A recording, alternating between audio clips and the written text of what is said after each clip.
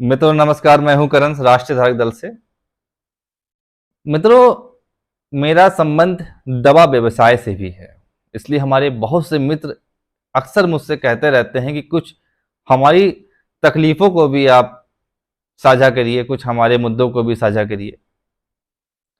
दवा व्यवसाय इस समय बड़े संकट के दौर से गुजर रहा है। मित्रों, ऑनलाइन मार्केट ने सभी व्यापारियों की जड़ें हिला दी। एक जैसे कि खाद्य श्रृंखला होती है, विज्ञान में हम लोग पढ़ते हैं कि शाकाहारी जीव पेड़ पौधों पर निर्भर है, मांसाहारी जीव शाकाहारी पर निर्भर है, अन्य गिद्ध वगैरह इस प्रकार के जीव मांसाहारी जीव के पर निर्भर करते हैं। इसी प्रकार से एक पूरी चैन है, इसी से जीवन चलता है, इसी से सृष्टि चलती है, इसी से पूरा संसार का क्रम चलता है। इसी प्रकार से व्यापार भी है। एक व्यापारी दूसरे व्यापारी पर निर्भर है। हमसे कोई दवा खरीदता है, यदि वो कोई टेलर है तो उसके यहां जाके हम कपड़े सिलवाते हैं, यदि कोई बढ़ई है तो उसके यहां से हम कुछ बढ़ई का सामान खरीदते हैं। हमारे नगर में, मोहल्ले में या गांव में अनेक प्रकार के व्यवसायी होते हैं और हर व्यवसायी हर दूसरे व्यवसायी पर निर्भर होता है। तो ऑनलाइन मार्केटिंग ने, ऑनलाइन सेलिंग ने इस पूरे क्रम को डिस्टर्ब कर दिया है और देश के अंदर एक बेहद बेरोजगारी का सिस्टम लागू कर दिया है। बेहद बेरोजगारी और व्यवसाय का एकदम निचले स्तर पर पहुंच जाना, व्यापारी का त्रस्त हो जाना, इस प्रकार की स्थिति बन गई है। दवा व्यवसाय में कुछ ऐसी चीजें हैं जो कि आप लोगों को पता भी होगा कि बिना ड्रग लाइसेंस के कोई भी व्यक्ति मेडिकल स्टोर नहीं खोल सकता। यदि ड्रग लाइसेंस उसके पास अवेलेबल है और फार्मासिस्ट उस दुकान पे नहीं बैठता है, उस स्थिति में भी ड्रग इंस्पेक्टर उस पर कार्रवाई कर सकता है और उसकी दुकान को बंद करवा सकता है, माल को जब्त करवा सकता है या अन्य प्रकार की कार्रवाई उस पर हो सकती है। यदि लाइसेंस नहीं है भाई, तब तो भैया उसकी कोई बचा नहीं सकता है। उसका ड्रग इंस्पेक्टर आएगा, सारा माल भर के ले जाएगा, आपको अंदर भी जाना पड़ेगा, जेल भी जाना पड़ सकता है, पेनाल्टी भी देनी पड़ सकती है और तमाम तरह की कार्रवाई हो सकती है। अगर लाइसेंस है, फार्मासिस्ट नहीं है, तब भी बहुत सारी दिक्कतें हैं।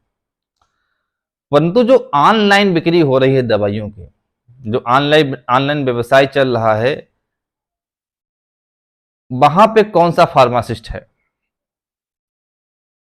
व्यक्ति ने ऑनलाइन दवा का ऑर्डर किया, उसके पास डिलीवरी बॉय दवा लेकर के आ गया। क्या वो डिलीवरी बॉय फार्मासिस्ट है? क्या उसके पास ड्रग लाइसेंस है? जिस जगह से दवाई आ रही है, क्या उसके पास ड्रग लाइसेंस है? क्या इस बात को सुनिश्चित किया गया? यदि वहां पे ड्रग लाइसेंस है, तब भी क्या फार्मासिस्ट वहां पे बैठा हुआ है? क्या फार्मासिस्ट लाके दवाई मरीज को दे रहा है, वो उसकी डोज बता रहा है? क्या वो डिलीवरी बॉय उसको डोज बता सकता है? क्या डिलीवरी बॉय उस दवाई को पर्चे से देख करके दे रहा है? ऐसा कुछ नहीं है। सारे नियम, सारे कानून केवल आम जनता पर लागू होते हैं, एक गरीब पर लागू होते हैं। जो बड़े बड़े कंपनियां चला रहे हैं, वहां पे कोई सरकारी नियम, कोई सरकारी कानून लागू नहीं होता है और इसी प्रकार से बहुत बार विरोध हुआ कि बिना फार्मासिस्ट के ये जो ऑनलाइन बिक्री हो रही है। फार्मासिस्ट इसलिए जरूरी है कि एक व्यक्ति, एक मरीज जिसने डॉक्टर को दिखाया, डॉक्टर ने दवाई लिखी, वो पर्चा लेकर के केमिस्ट के पास पहुंचा, मेडिकल स्टोर पे पहुंचा, तो वहां पे फार्मासिस्ट का होना इसलिए जरूरी माना जाता है कि वो फार्मासिस्ट बताएगा कि यह दवाई आपको सुबह शाम खानी है, कब खानी है, कैसे खानी है, किस प्रकार से खानी है, और साथ ही वो उसकी ओवरडोज से भी उसको आगाह करेगा। अगर 14 दिन की दवाई है तो उसको 14 दिन ही वो खाए, 28 दिन ना खा ले, मरीज को क्या पता कि वो कई दिन दवाई खानी है। हो सकता है डॉक्टर से भी कुछ गलती हो जाए तो फार्मासिस्ट उसको देख करके करेक्ट कर देगा, इसलिए फार्मासिस्ट का होना जरूरी अनिवार्य है। पर क्या ऑनलाइन बिक्री में ऐसा कुछ हो रहा है? ऑनलाइन दवाइयों की बिक्री में ऐसा कुछ मानक तय है? कुछ नहीं है।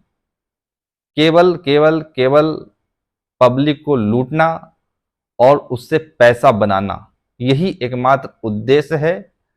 स्वास्थ्य सुविधाओं का, स्वास्थ्य सेवाओं का पूरी तरह से बाजारीकरण कर दिया गया है। मित्रों, ऑनलाइन दवा की बिक्री बंद होनी चाहिए। इससे कई फायदे हैं, मरीजों के भी फायदे हैं और छोटे छोटे से जो दवा दुकानदार हैं उनके भी फायदे हैं। राष्ट्रीय धारक दल इस ऑनलाइन दवा की बिक्री का पूरा विरोध करता है और सरकार से आग्रह करता है कि कृपया इस पर ध्यान दीजिए।